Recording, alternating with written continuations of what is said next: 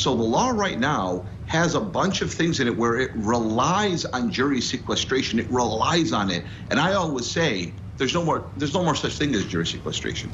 You have a phone, you walk in, if the OJ trial was happening in 2025, not 1994, 1995, when you walk into the jury selection process with your phone's going to recognize that you're there for the OJ case, and it's going to start feeding you cases about the OJ case.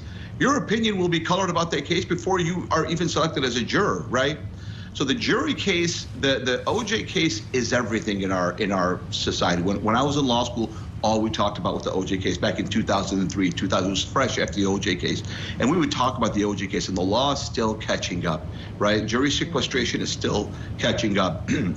Jury ideology is catching up. This was the case of the jury. The jury controlled this case. That was everything. So I cannot understate the importance of that case. And one more thing you said earlier that I agree with.